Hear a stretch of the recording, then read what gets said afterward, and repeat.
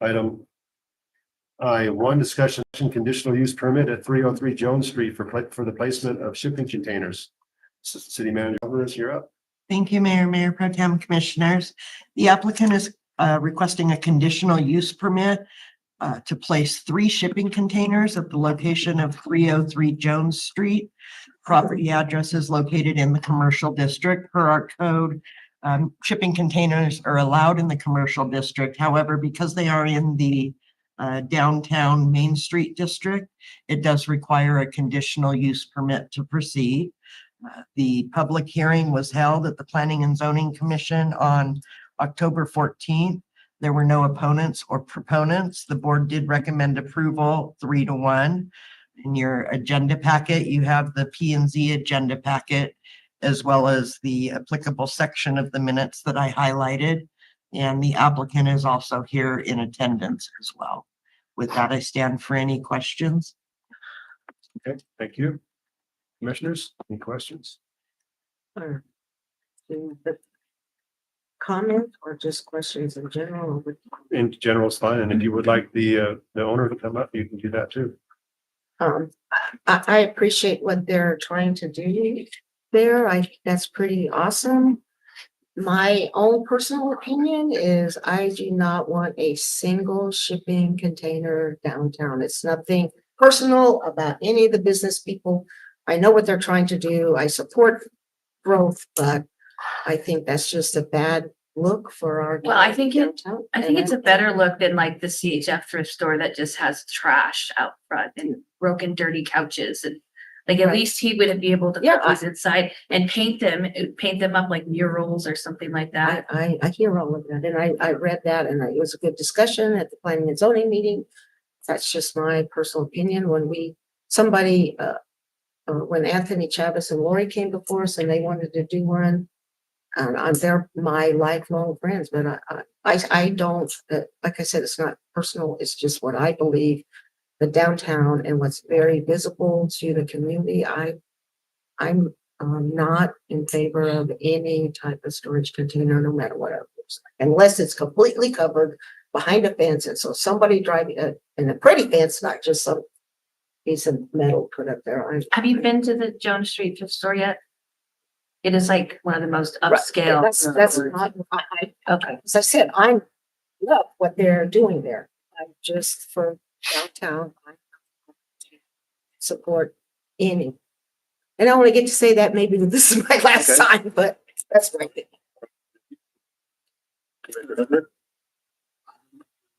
Joe on this one because we are a storage district.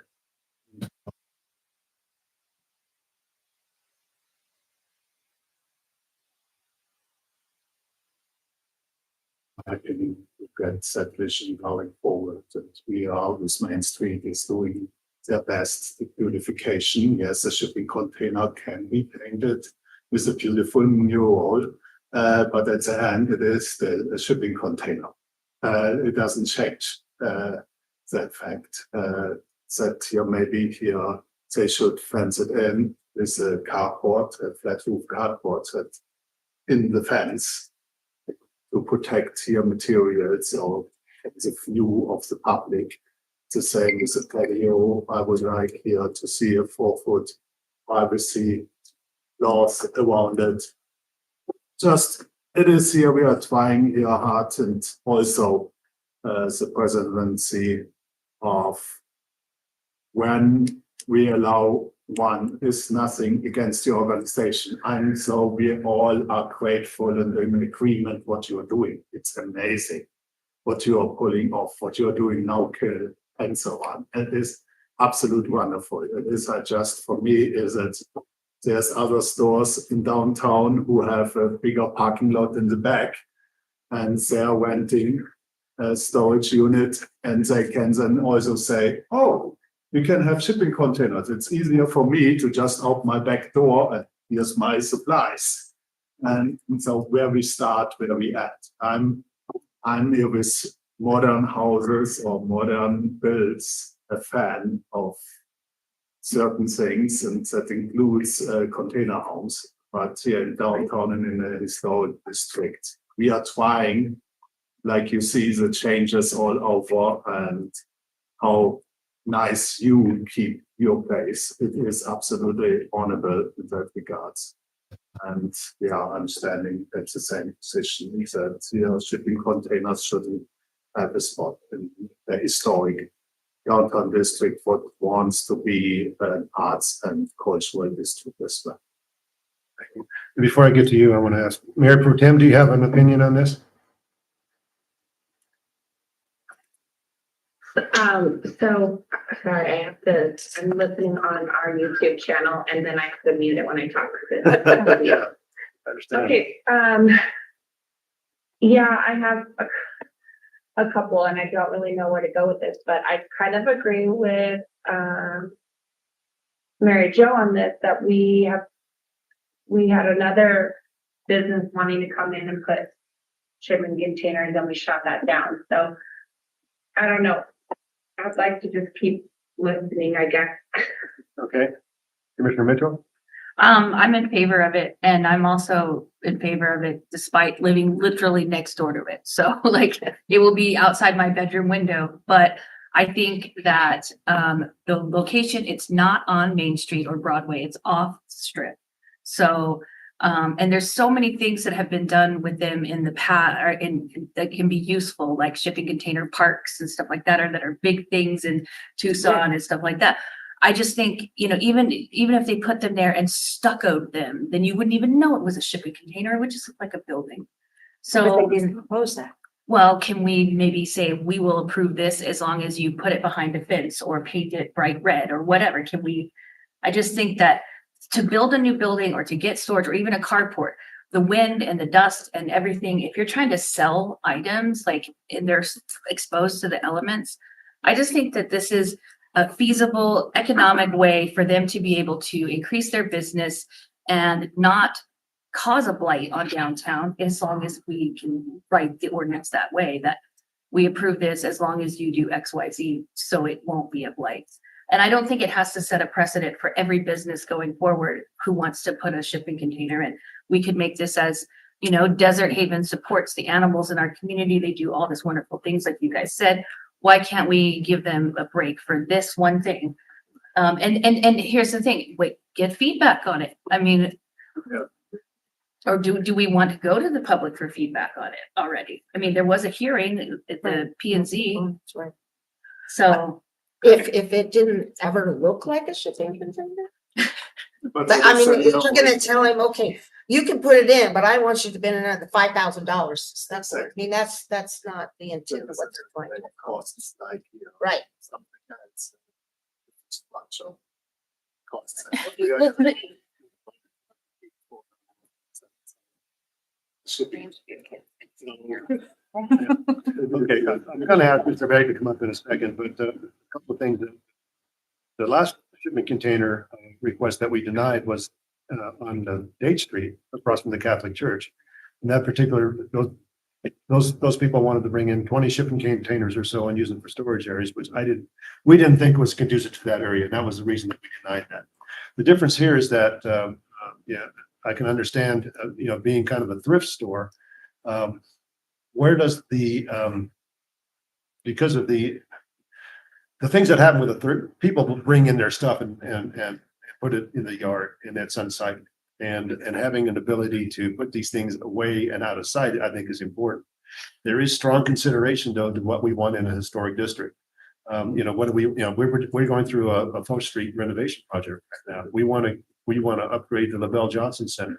We want to do a makeover of their downtown community. I don't know, kind of on the fence on this, if this is what the direction we want to go, and are we opening the door to other possibilities? Although this is a conditional use permit, But it's it'd be reviewed, hard to- it's reviewed every year. And so,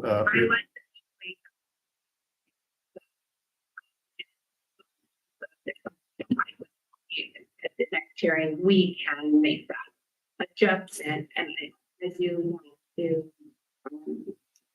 bring it back, that our PNC did approve it and 3-1 vote. So there was obviously some discrepancies there too, but I do like that we can look at it again. right.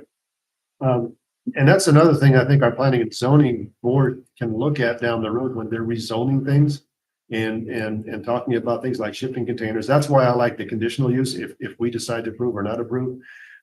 When our planning and zoning board takes this on as a new ordinance, we'll have to address this. And I would like some finality to it so that we get some guidance from them. I think they did a great job in their meeting regarding this. But it does bring some pretty difficult questions to answer and how we're going to deal with this thing. If it wasn't an historic district, it would be a no-brainer for me because I think it's an enhancement and improvement. But being in a historic district, that complicates issues for me a little bit. So with that, I'd like to have Ms. Alvarez chime in, please. But it'd take all your fire away. No, thank you, Mayor Pro Tem Commissioners. Yeah, thank you, Mayor. As you stated, the previous one that came through that you guys denied, it wasn't for a conditional use permit for storage container. It was a special use permit to allow for a storage facility within the commercial area. And if I recall correctly, one of the reasons that the commission didn't approve that is it was close to a residential area. And there was at least one opponent that had concerns with the potential traffic in that area. In regards to this one here, a while back, back when our previous chief of police was here, this is a fairly new ordinance. So this did come to the commission specifically for shipping containers because we had a lot of people requesting them. And so this ordinance states that a shipping container is allowed within the Main Street district through a conditional use permit. That conditional use permit allows us to review it annually and determine, whether or not it's an issue or a blight or concerns. We didn't have any opponents or proponents. As you know, the downtown area is very congested. So we mailed out certified letters to all property owners within 100 feet of that business. And there was nobody that came in to speak against it. The other thing to consider is your 7 findings of fact, which is something that we did direct the commission or the Planning and Zoning Commission to look at. And there was a little bit of discussion on what was worse, the potential of a vacant building that had been down there.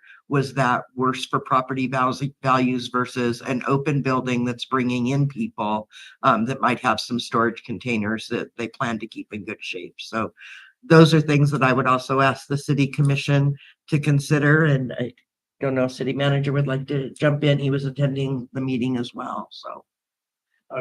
If you would, I'd like to address a couple of things. One is that can there be some finality with this? Obviously, the Planning and Zoning Board should address this and should discuss about it. The other thing is this something that belongs in the comprehensive plan down the road? I know we're going through that process right now, and I don't know if we need to put a paragraph in there about what we want the downtown historic district to look like, if we want to include shipping containers or not, or if we include shipping containers, what they should look like. I think that could be part of our comprehensive plan, because it seems to be kind of a fad right now. And it because they're easy to get right. You don't have to stick build. You can pull them in on a truck, you can lay them down and you have instant storage. But I'm not so sure that's what we want long-term for our community. And so those things I think should be addressed in our comprehensive plan and by the Planning and Zoning Committee to give us some guidance down the road. So if you'd like to chime in on that. Mayor, members of the commission, I would say certainly on the very top long term, I think these are those items that need revisited. And so we definitely need to look at it. The challenge for me when I look at this, we're really talking about a storage unit. So if it was a portable building of some other construction, would the debate be similar? Really, it's, do you want storage buildings all throughout downtown in those areas? So I don't think storage containers are a fad. I feel like they're part of our fabric. I think it's a business. I think people make money moving and selling them. So it's really more of an aesthetic question here is, how can a private citizen use something that's in the best interest of their value, their dollars, the things that they need to do, but still meets a requirement where it's not unappealing, which fencing, painting, those kind of things seem to be relevant. In this particular case, I think the statute we have in front of you, the way it's laid out really has to kind of be followed, and it becomes a question of, just how do you want to approach this particular one? But I definitely think that they deserve in the downtown area a little more context. It feels like they kind of came up because everybody started using them, and they kind of wrote this to bring it to life, to allow it. And now that you've gone through some practical use of it, you're realizing we realize the challenges that come with it. So I don't have a recommendation other than to follow the recommendation of our planning and zoning. I think they gave it due consideration. I think they've presented you good facts. I think they stayed within the 7 findings of fact. And I would ask that you take their evaluation and their hearing with the due diligence it deserves. And from a legal standpoint, let me elaborate a bit further what both Tracy and Gary said. They're talking about 7 findings of fact. You should have that in your packet. There's a findings and commission findings of fact checklist that comes from our ordinances. So your decision really should be based on how you weigh these certain findings of fact. So there was some discussion about that during the planning and zoning meeting, and I happen to see on the bottom of page 4 of the of what we're provided with the highlighted area. There's some discussion, for example, of finding fact number 5. That was like a big part of the discussion there. So I'm just hoping you'll be analyzing this checklist as you make your decision. All right, before we proceed, Mr. Big, is there anything you'd like to write this on or speak to? Sure. Thanks for having me. I'm Alan Hanson Begg, and Jones Street Secondhand has been open about 19 weeks now, and what we do is we take donations from the public, in hundreds of donations so far, and we sell that back to the public, and the proceeds go to support Desert Haven, who is involved in animal rescue, spay, neutering, pet referrals, and so forth. I anticipated great community support, and it has happened. And so then we've grown faster than we anticipated, maybe. I actually did look at the ordinances and decided that because we couldn't get a building as big as we wanted, we would buy a 10,000 square foot building if one was available.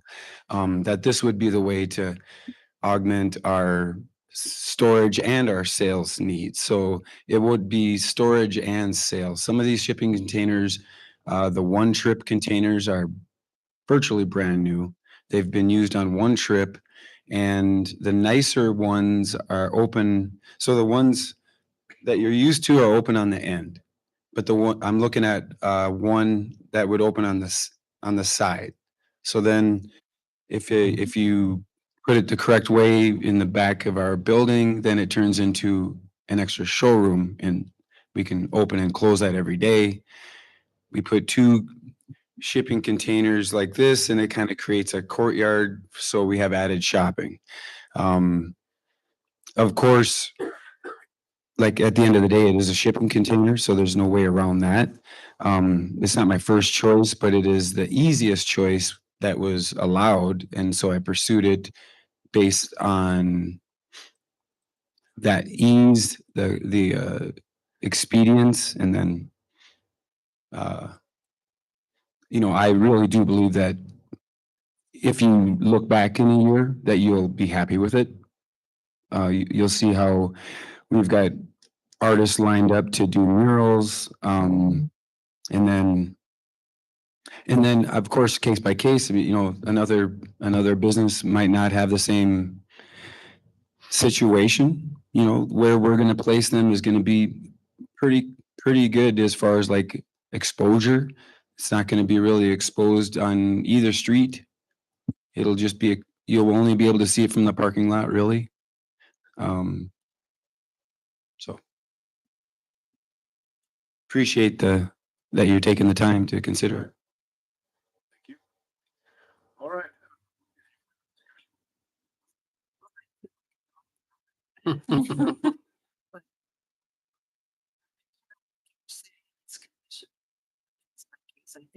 future if you're conditional, so you, a year later, you don't like it, so then it'd be difficult to make him remove all of those.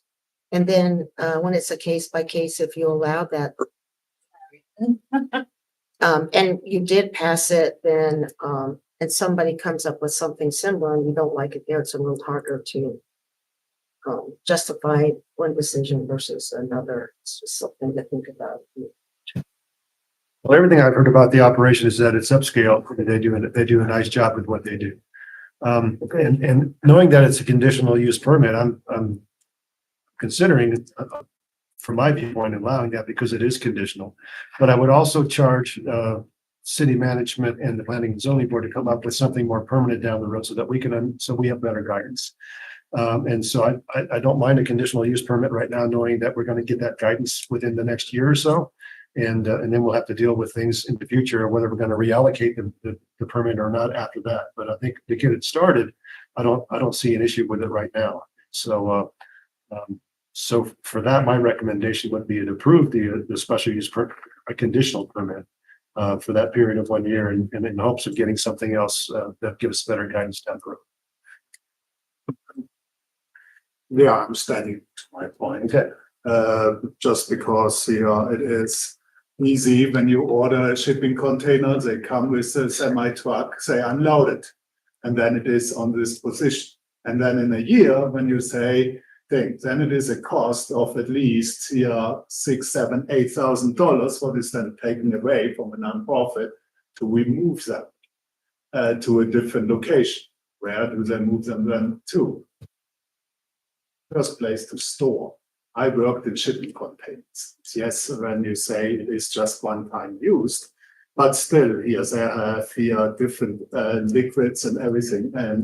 And I'm having, I believe that here with being in those shipping containers, you shouldn't allow the public to go in there, especially with the heat.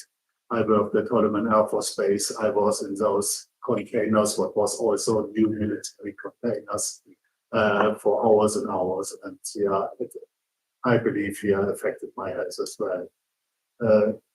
It's at the end, whatever you do, even when you paint it, it is unless you really put them side by side, frame them completely, and what is another cost, paint them like Adobe homes, that it looks like we in a movie studio, we fake that it is a real building. A shipping container will always look like a shipping container. I understand that this is the easiest solution instead of here building, but we had here the shed building program and everything.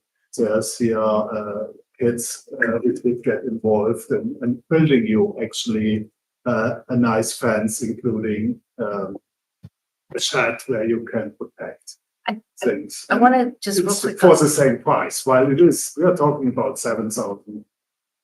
We are talking also of an investment from over $10,000 Right, with but those 3 shipping containers. I think one of the reasons he wanted the shipping containers is because if you've seen that parking lot or the place he wants to do it, first of all, it's right there next to Lee Bell. So 4 feet down is the water table. And when we were digging the grease trap for Bella Luca, we hit the water table. So laying a foundation is going to be difficult to do any kind of building, like permanent building, but a shed, that's a possibility for sure. Just here as an alternative to think about alternatives there, and that's why I'm thinking that I'm standing to my point, because we are in a historic district. Somebody private property, fences and everything is kind of out of view. Yes, I'm fine with it, but the historic is.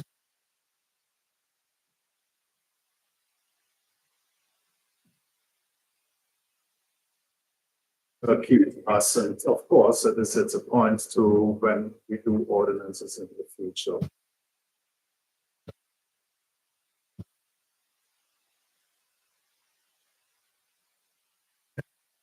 Obviously, our job isn't to agree with each other. We represent our constituents, and so with that, if I have a motion one way or the other, I'll entertain that. I would like to make a motion to approve the conditional use permit at 303 Jones Street for the placement of shipping containers. Okay, I have a motion. Do I have a second? I'll second. Have a motion and a second. Ms. Torres? Honorable Mayor Joe Fall, Nay. Honorable Ingo Hopner, Nay. Honorable Ralph Heschler, Aye. Honorable Destiny Mitchell, Aye. Honorable Amanda Forrester. Aye. Motion carries 3-2. Really the issue, man, just throw something else out there also. It's like, okay, so what we just did, we granted a conditional use permit, so again, it's gonna come back in a year. Right. We want to see what the condition actually is, what the conditions are. Ultimately, when you come back here, that will, for your reference, for what you're looking at. Well, it wasn't part of the motion, but Yeah, and I didn't want to make it part of the motion, so actually, I didn't. it gets complicated, but I would like your guidance from the planning and zoning board on whether we should allow shipping containers in the historic district downtown in the future. How that would zone out and how they would approach that. I would like the recommendation before this comes back up as a condition of use. And I would inform Mr. Begg that you may have to move those things in a year. Yep. And so you might have to come up with another plan down the road, depending on what's going to happen with it. So I think we're safe in dealing with this for now, knowing that we're going to revisit this in a year from now and deal with it as appropriate at that time. So did we make another motion? Or is that just part of the? I think it should just be, yeah. Are we Thank you, gonna Mayor. provide him with a list of conditions or are you just gonna summarize it? I was just saying, thank you. I can tell you that one of the discussions we've had with the planning and zoning is just like you said, revisiting the section of the ordinance, as well as revisiting special use, conditional use, and better defining those. So those are items that are already on the planning and zoning board's list of items. So we'll get better guidance within the next year or so, and then when this comes back up before us again, we'll revisit this at that time. For now, I think you've approved it for 1 year. So it's really what we're saying is kind of we're approving it, but it's based on the condition that we're gonna do a further study Right. of the conditions, which may warrant a possible change year to year for them. Yeah. I think let's say something like that. And this serves as notification to all parties concerned, so that this may not be a permanent deal. Okay. So Mayor, I think I'm trying to take all that in just to listen, and I think I would support our attorney to say that the motion should include that this particular issue has to come back before the planning and zoning to meet the new conditions within a change of the planning, if they're available. If we make no changes, then we would have to assume that the same conditions would apply and the containers would have, could remain again. Is that basically what I'm hearing? Yeah. Right? I'd like to amend Commissioner Mitchell's motion Mhm. to add that we will place this item before the planning and zoning board within the next few months to have them ascertain or discuss options for shipping containers, especially as pertains to the downtown historic district. Understood. Arts. Arts and cultural districts. And the alternate. Closer, but as we are moving forward, so we already on the map. We will look closely to our downtown, make their decisions whether to see how we are applying for certain things. And- To be. Okay, well, let's finish the motion because we're losing it. Yeah. So I have a motion, do I have a second? Second. Proceed with the motion. Okay, so you made the motion, Mayor, and then you seconded it. Okay. So Honorable Mary Jo Fall, I'll stay with. I got confused on what it is. Honorable Ingo Hopner, Honorable Ralph Heschler, Honorable Destiny Mitchell, Aye. Honorable Amanda Forrester. To the motion carries 3-2 as well. Now, there's sort of the discussion at the end, you can proceed now. I just wanted to get that over with. Yeah, I am not. No, I don't think so. Yes, I think it's great that we're working on how to best utilize those. There's so much future for them, for He's welcome. housing and all kinds of things, and having the planning and zoning have that lined out or for the future. Awesome. All right, thank you. Thank you for that discussion. Item I2, discussion action, summary plat amendment, summary plat procedure at 412 Main Street. Ms. Alvarez. Thanks, Alan. thank you, Mayor Pro Tem Commissioners. The applicant and property owner at 412 Main is requesting to amend their parcel into 2 tracts. The property is located in the C1 district. No more than 2 lots are being created, and they comply with the required standard for lots. Both lots created have direct unobstructed access to existing city maintained paved street, as well as existing water and wastewater. There's no vacation of streets, dedications, or utility easements being proposed. Documents were submitted, fees have been paid. The public hearing was held at the Planning and Zoning Commission on October 14th. There were no opponents or proponents, and the board recommended approval unanimously. And for any questions, I think you have the agenda packet, and again, the highlighted of the minutes. Thank you. Commissioners, any discussion? I think it sounded an interesting concept that she's trying to do there, and it seemed like with the people, because I know they're all get entrance. So did I understand it right, Tracy? So I know at the back of all those buildings, there's that kind of like sidewalk thing so that people can still, Yeah, there's a dedicated 12-foot. so they can still get Easement in into there. their building. So that empty lot where people were parking, that's the one that she's talking about, right? I like the Yeah. fact that they're planning that in conjunction with the First Street project. So I think that's it. It's gonna make that whole area. Neat That's it. concept. So, okay. If there's no further discussion, I'll entertain a motion. So I will make an appointment to approve the summary plat amendment and plat procedure at 412 Main Street. I'll second that. Second, Ms. Torres. Honorable Destiny Mitchell. Aye. Honorable Mary Jo Paul. I, Honorable Ingo Hopner. Aye. Honorable Rob Heschler. Aye. Honorable Amanda Forster. Aye. Motion carries unanimously.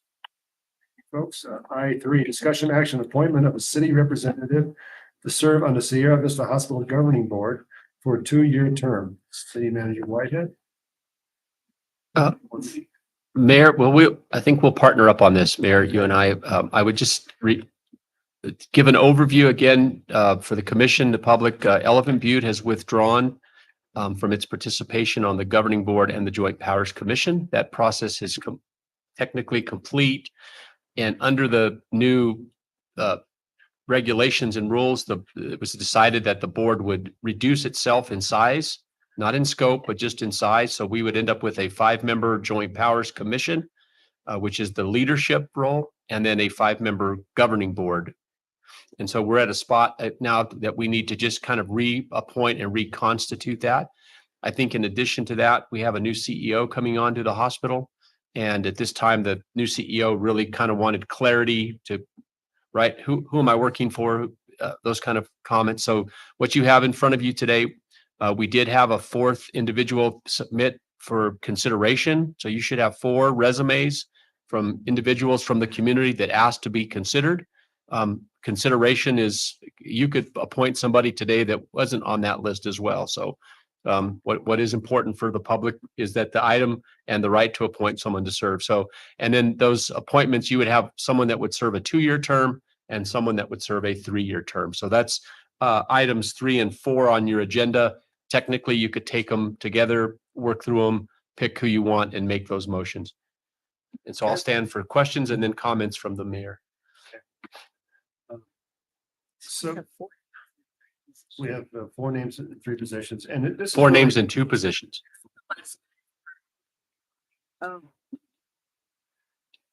So yeah, we're gonna pick 1 2-year term, we're gonna pick 1 3-year term. Excuse me. We're very fortunate here for this governing board. We have some professional folks that are applying for this. This is what the hospital means to our community. We have a lot of history with the applicants that are there, and very strong applicants. So I'm very pleased with the fields the field that's applied.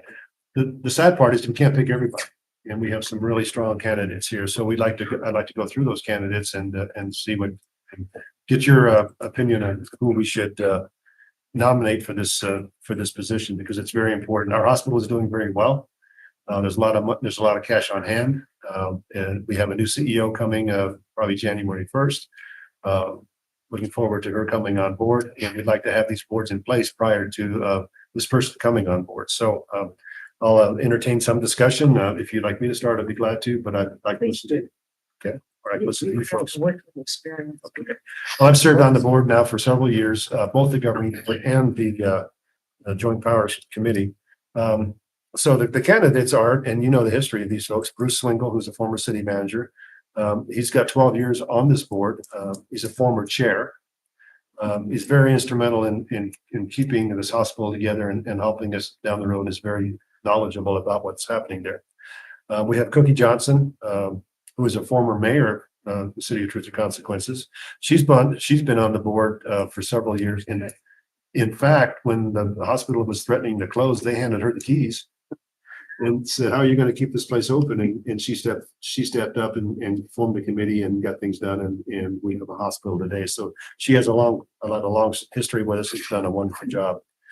Greg Diamore, who's a professional pharmacist who's worked at that hospital, has many years, including being a chairperson for that committee. And it's nice to have a professional in the field that serves on that board. So he comes very well recommended and does a wonderful job. And the last person is Jason Seuss.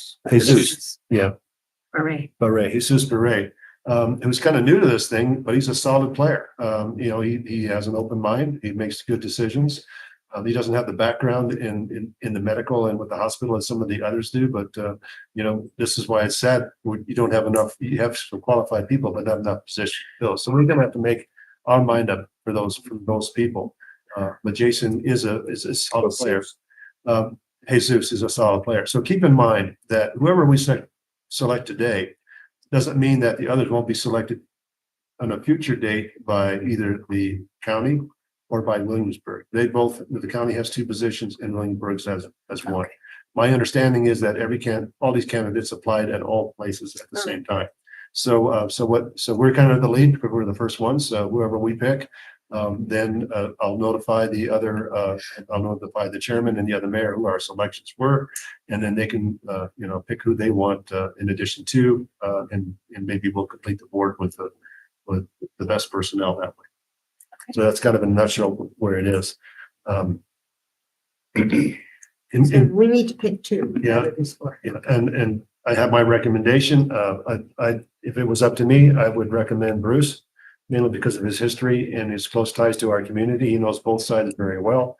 I would also lean toward Cookie Johnson for the 2-year term. There's a lot of things going on in her life right now, but she's professional. She's well connected. And I think the 2-year term would be better for her because we don't know what the future holds for her, but she's a valuable player and has done a wonderful job for that board. And that's not to slant Greg at all. Greg is just as important to the board as any of those are, but I'm confident that he would be picked up by one of the other entities if we don't pick him up. And I would actually vote for Greg first as my first choice, just because he's served on that board since dinosaurs roamed the earth. And Cookie too. And Cookie too. Those would actually be my 2 choices, would be Greg and Cookie, knowing that Bruce and Jesus will probably they're probably all going to get on there anyways, but I personally know Greg and I personally know all of them, but those would be my picks. Well, I think it's neat. I think we all like Cookie. 3 of us anyway. I think it was exciting to have Jesus. So then we're getting somebody young, because we know the ages of all these other people and new interests. And so it would be neat to foster somebody young to step into the shoes so that they're in there longer and then they'll be willing to serve. So I probably would go with Cookie after Jesus. And mine would be Bruce and Jesus. Mine would be Greg and Cookie, but Well, that's so it's very simple. Again, as I said earlier, we're not on the board here to agree with everything, right? That's not what our job is. Our job is to vote for what we think is best. So we entertain a motion and we vote, and then we'll see where the numbers come out at the end.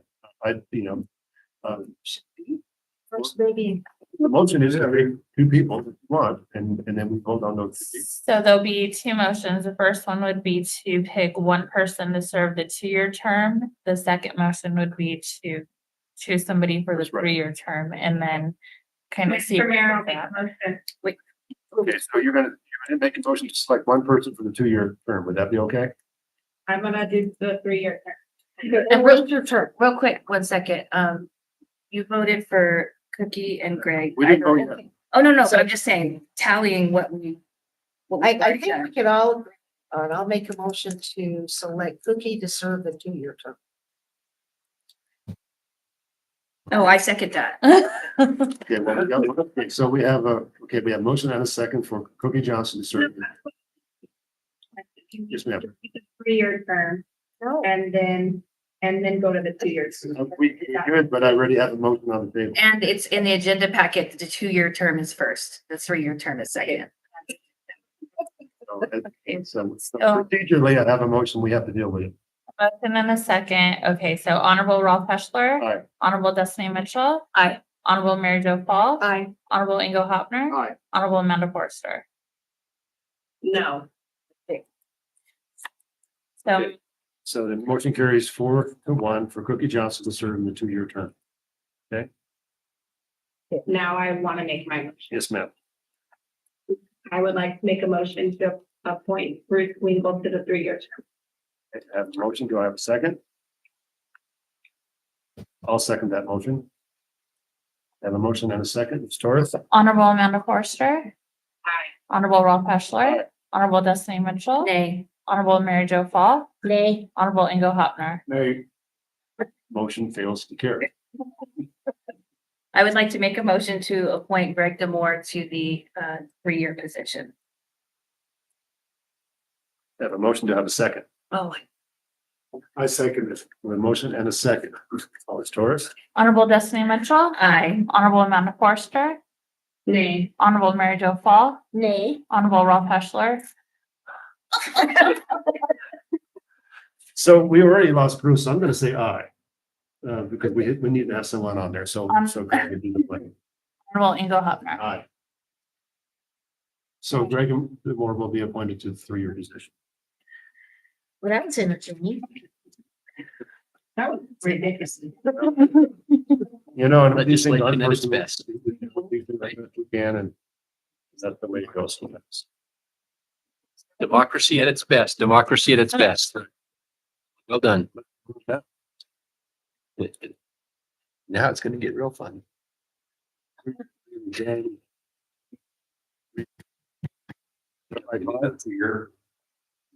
No, we're done with. We're done with that. We're done with 3, 4, now we Greg go was to 5. 3 and then Cookie was 2. Item 5. Which is, Discussion action appointment of 2-year governing board members to serve on the Sierra Vista Hospital Joint Powers. So what throws you off sometimes is the word governing board, but this is for the Sierra Vista Hospital Joint Powers Commission. So the difference is the Joint Powers Commission are the owners of the hospital. In other words, it's communities. It's the city of TRC, it's the county, and it's the city of, or the village of Williamsburg. We're the owners of that particular entity. So we want to appoint 2 people to serve on the Joint Powers Committee. I currently serve on that board as well as Commissioner Hebner. I would like to continue serving on the board, and I would like Commissioner Hebner to continue serving on the board because we attend every meeting.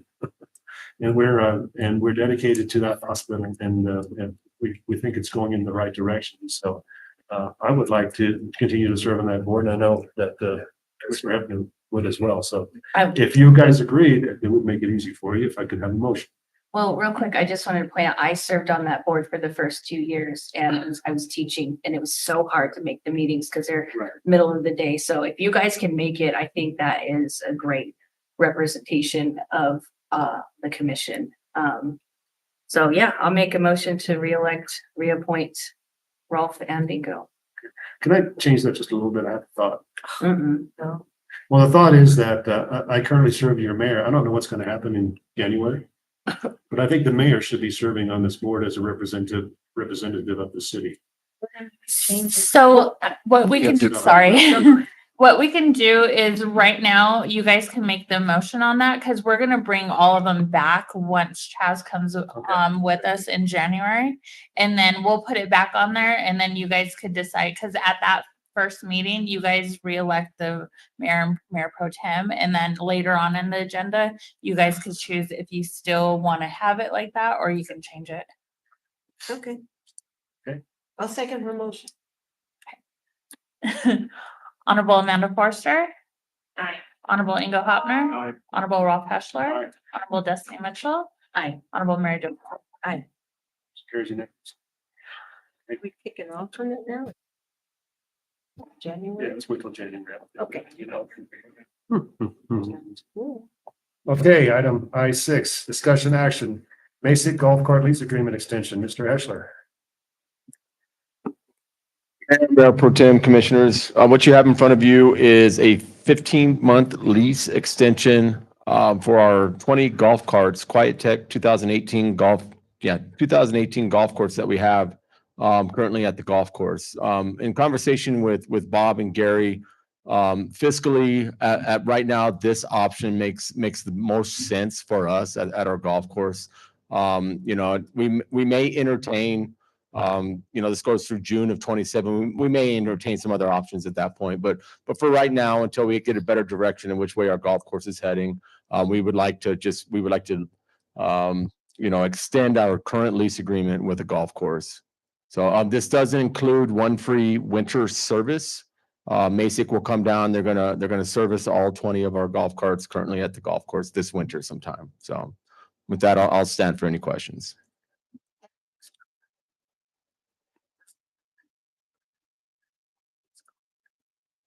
That you're very observant, Commissioner.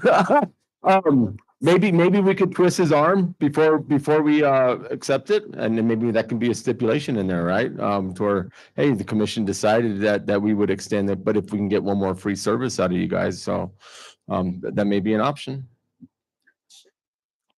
There you go. So like.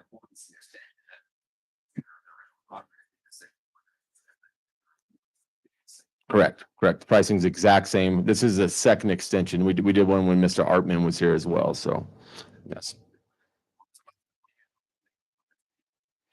That's the other thing, Mayor, is it's 10 of them sit in the barn, right? 10 of them sit in the barn. They're in good shape. They're well maintained. Obviously we also use the golf carts for Fiesta and events downtown as well. But we alternate. We 10 in the barn, 10 come out, 10 go in, and they're protected from the weather, so they're in decent shape.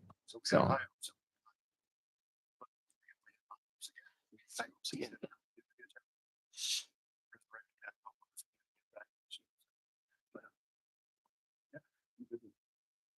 Okay, and commissioners, I will have a conversation with Jordan and see if we can't get that other service in there for next winter. It's a good point. Right.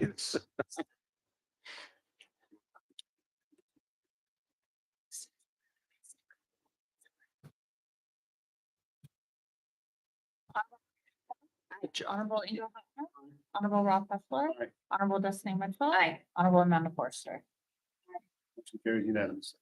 Item number I8, discussion action, capital development program fund application and authorization for city manager to execute grant agreement. City Manager Whitehead and Assistant City Manager Alvarez.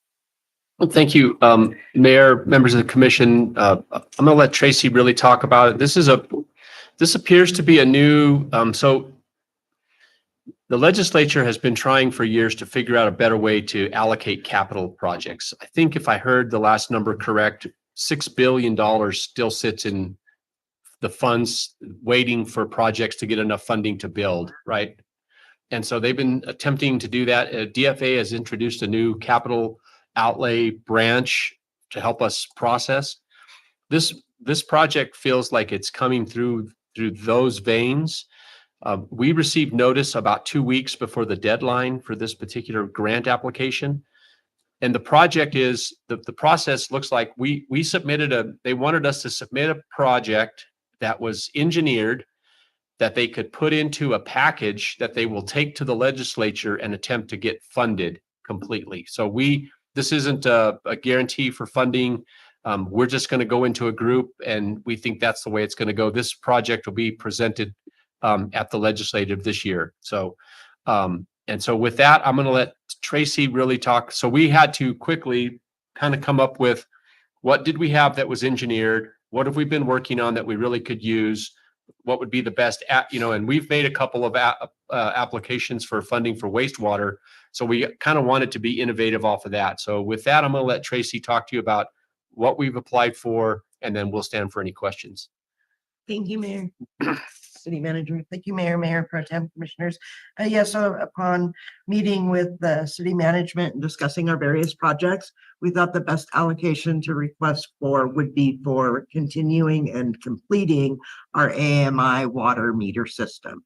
So as you know, we're doing some of that through the CDBG. That's only maybe a third, if that, of the meters that may go into the system. And so we would really like to hopefully complete that project as an all-in-one. So we submitted an application for $2.5 million to get that all completed. And one of the things to note is if it is awarded, the grant agreement must be executed within 14 days. And so we are requesting that if you do accept approval of us submitting that application, that you authorize city manager or mayor to execute that grant agreement. We then let you know, of course. We just don't want to miss out waiting for a commission meeting.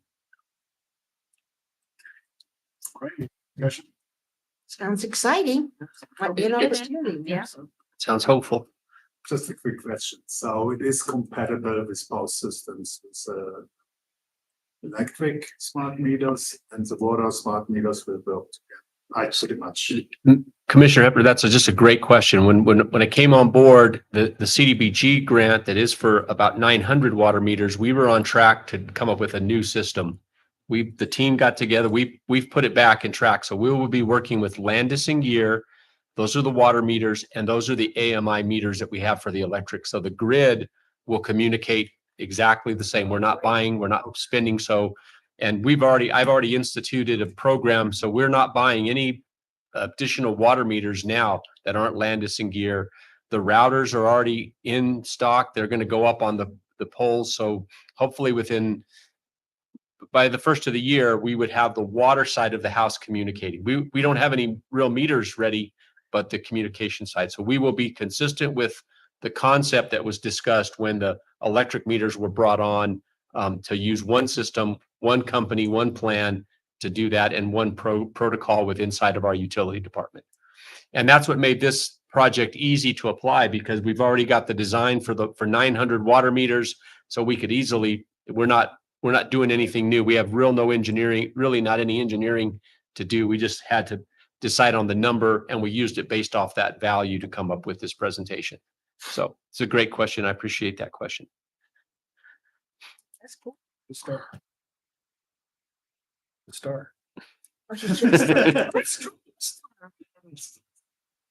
Any further discussion?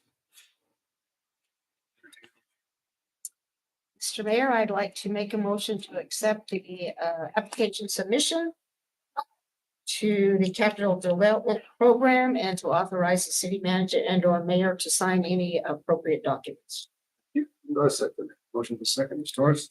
Honorable Amanda Forrester, Aye. Honorable Ralph Eschler, Aye. Honorable Destiny Mitchell. Aye. Honorable Mary Jo Paul, Aye. Honorable Ingo Hopner. Motion carries unanimously. Item I9, discussion action, FY26 state grants in aid to public libraries grant and agreement. Assistant City Manager Alvarez. Thank you, Mayor Pro Tem Commissioners. This is the FY26 State Grants and Aid. This is the annual grant that the library receives. This grant agreement needed to be executed by DocuSign. And so you'll see in your agenda packet that it has been executed. So we're just requesting that the commission accept the executed grant agreement. This item was on the first bar that you guys approved. Any discussion? I think it's great that our library always takes advantage of all these programs. You should guys stay involved and up to date with what's going on, and they do such a good job. So They did a nice job with the last allocation of monies they got. So That's right. It's nice that we're still moving forward. So take a motion. sure, I'll make a motion to approve the FY26 state grants and aid to public libraries grant agreement. I'll second that. What's the second, of course? Honorable Ralph Eschler, Aye. Honorable Destiny Mitchell. Aye. Honorable Mary Jo Paul, Aye. Honorable Ingo Hopner, All right. Honorable Amanda Forrester. Let's move on to item I10, discussion action, airfield maintenance and consumables. New Mexico Department of Transportation Aviate Grant Agreement, CN 1102370. We don't have to say. Assistant City Manager Alvarez. You don't. Thank you again, Mayor Pro Tem Commissioners. This is the biannual maintenance grant that our airport receives. Again, this one came through DocuSign to the mayor for his execution. It was listed on the first bar pending your guys's acceptance of this grant. We use these funds out there at the airport for a variety of different things, different maintenance things, tools that pertain to maintenance, paying the annual QT pod, which is the fueling system out there. So it's very helpful to maintain our airport. With that, I stand for any questions. Thank you. Questions? The only thing I would just put in is mention of paragraph 2 in the aviation grant agreement does impose sponsor by Southwest. Most of this work is taken care of. Our past relationship already went forward, so we don't follow these things. So with that, I'm okay with this. And the match is really small. Yeah. The $2,000 match is great. So it's nice to have that additional money and for the work that they can do. So It's a neat program. Yep. I make a motion here to approve the airfield maintenance and some goods. New Mexico DOT aviation grant agreement CN 1102-37. okay. I'll second. Motion is second, Ms. Torres. Honorable Mary Jo Fall, Aye. Honorable Amanda Forster, Aye. Honorable Ingo Hopner, Aye. Honorable Rob Heschler, Aye. Honorable Dustin Mitchell. Aye. Motion unanimous. Item number I, discussion action, NMDOT Transportation Alternatives Program, or the TAP, grant agreement, City Manager Whitehead and Assistant City Manager Alvarez. Go ahead. Thank you, Mayor Pro Tem Commissioners. As you know, in FY24, we received TAP grant funds to do the design of the sidewalks around New School Road, around the middle school, high school, and the elementary school. We prepared an application with for the FY26 in some pre-discussion or pre-application discussions with NMDOT. They recommended that we break down our construction cost into phases due to the cost of projects. So we applied for what we consider phase 1, which is the construction of the sidewalks around Smith Street for starters. And we were awarded, as you can see, we were awarded a total of $555,937. Of that, $474,990.73 is grant, and $80,944.11 is match. We would like for the commission to approve the grant agreement. This is one of them that's on the second bar, so we're asking that you approve that, and then of course go in later and approve the bar amount. Just for some simple reference on this, that Smith Street is also one of the items on our WISP 1 for water line replacement. And so we would be working kind of after the construction portion of this would take place after the WISP 1, and we would ensure that we meet the time frame within both grant agreements. So when we go to bid on WISP 1, we could potentially request that the contractor take care of the water lines on Smith Road first, so that we can get them in and out before we go into construction on the site. So the TAP funds are transportation alternative projects, so they're only related to anything that doesn't relate to vehicular transportation. I have a couple questions. So our match, what department is the match coming out? So it'll be our streets department. I believe this is one that goes into the FY24 bonds. I'm sorry, I didn't write that down. 20. We haven't talked about this from the bonds, but it could be eligible. Again, that's a street. We're doing the water. This could be eligible for the number 4 bond.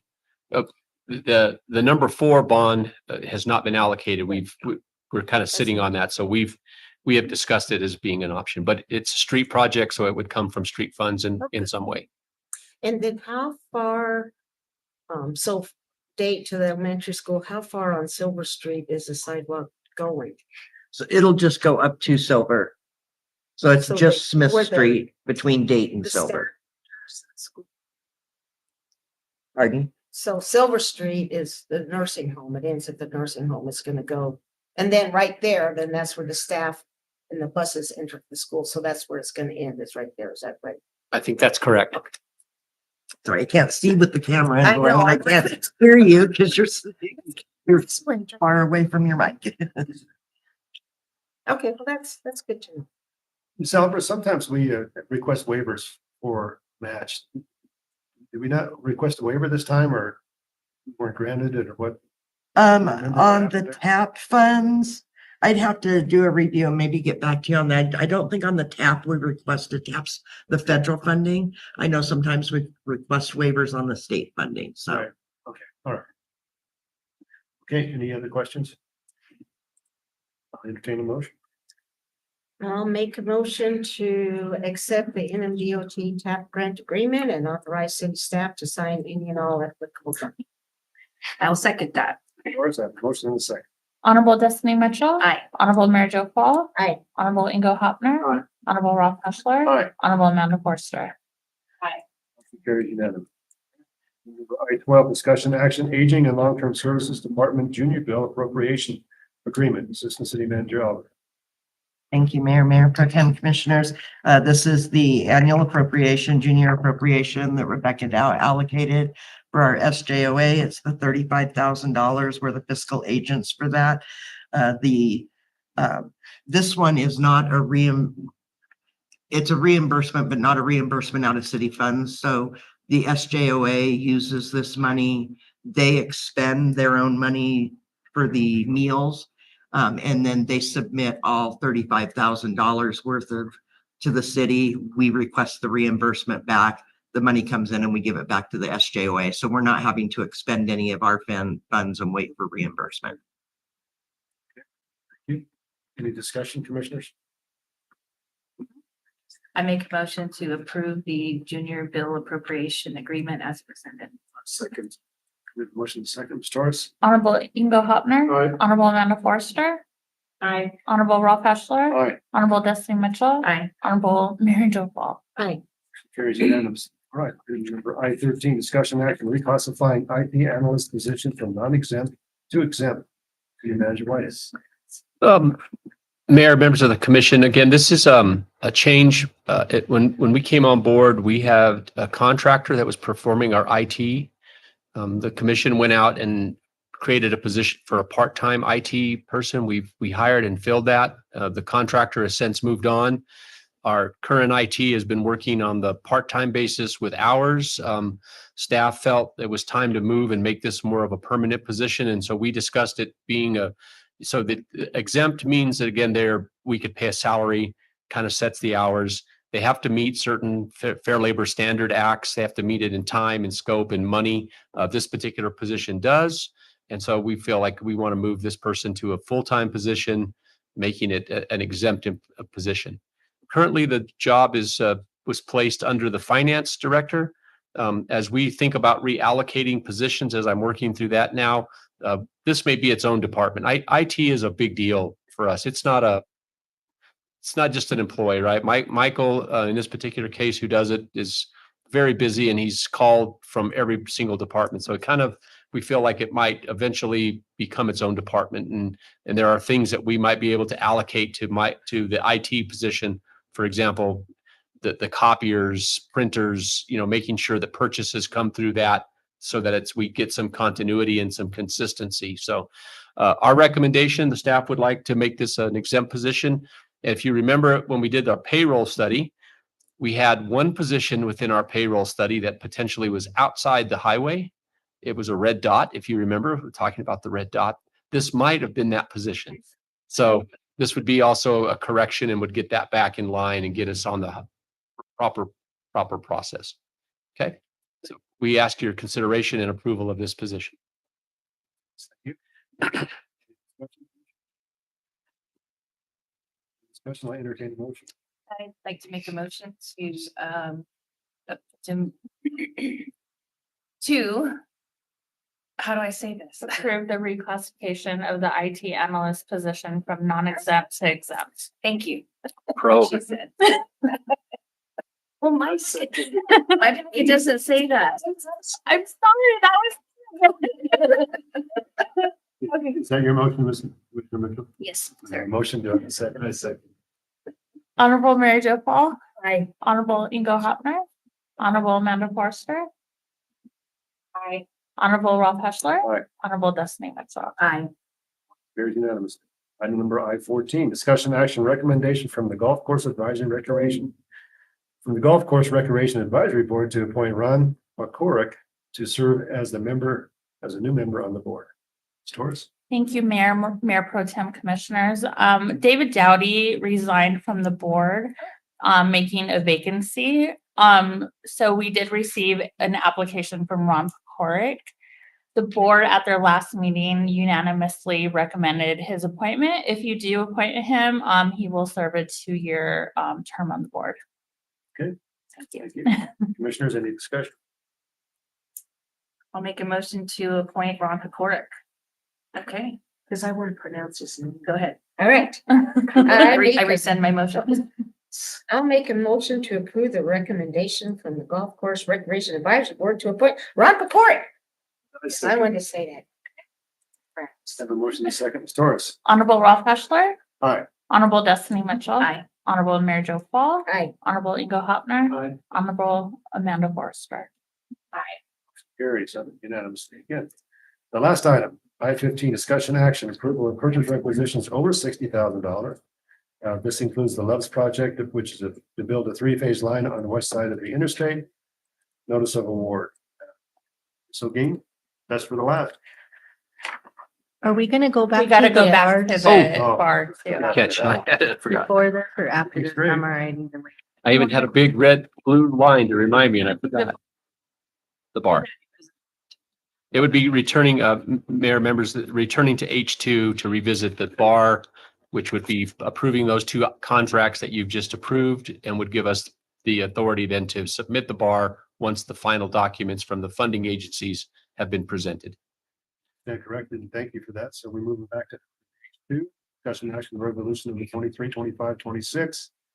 Budget adjustment request, Ms. O'Gee. What Gary just said.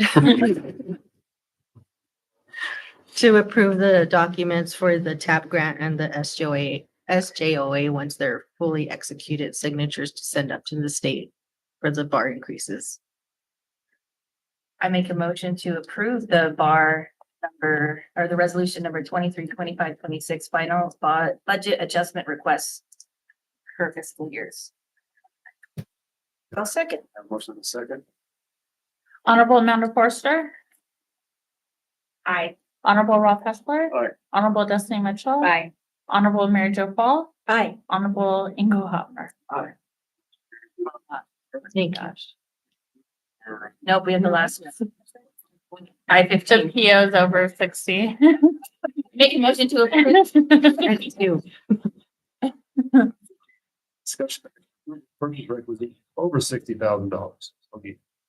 This item is for part of the Loves project, which is coming from the electric company to add the 3-phase line for the poles.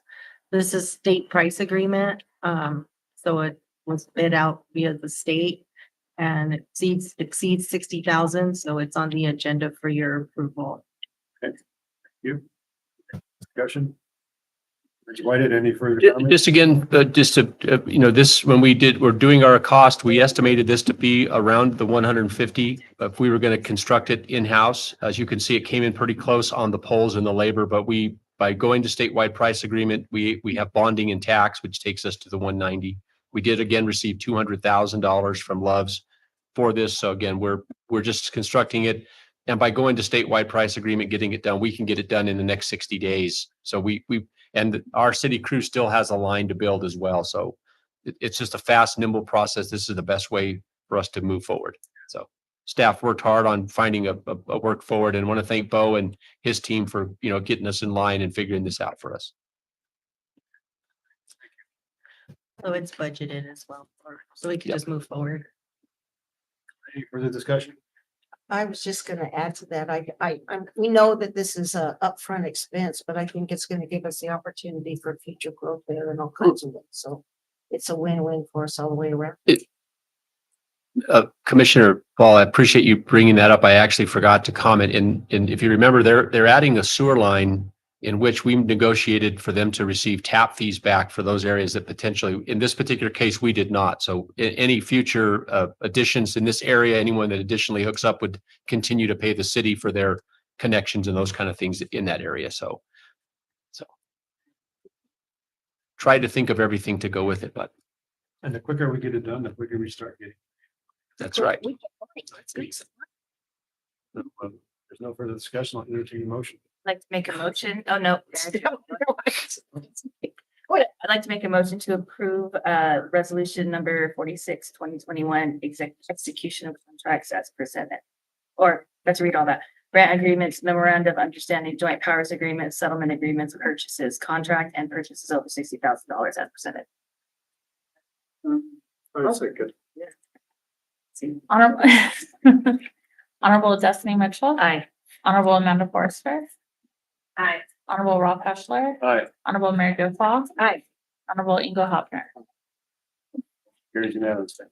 We have Thank you. exhausted our agenda and this meeting Executive session. is closed and I would entertain a motion to move to executive session, start at 12:15. Do I have a motion to move into executive session for number one, limited personnel matters, city manager pursuant to 10-15-1, H2, and item J2, threatened and pending litigation, Juan Carlos Delgado pursuant to 10-15-1, H7. I'll make a motion to go into executive session at 12:50 to discuss. Let me see, as presented. Thank you. I'll second. Second. Honorable Rob Heschler. Aye. Honorable Mary Jo Falk. Aye. Honorable Ingo Hopner. Aye. Honorable Destiny Mitchell. Aye. Honorable Amanda Forster. Carries unanimously. Okay, the meeting is completed at 12:11. Amanda, can you hang around for this executive session?